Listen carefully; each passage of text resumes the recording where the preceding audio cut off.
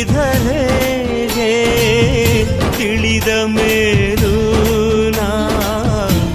ಉಸಿರಾಡು ಹೇಗೆ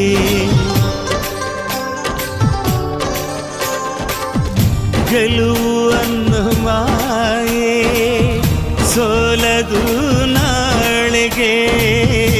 ಈ ಶುಭ ವೇಳೆ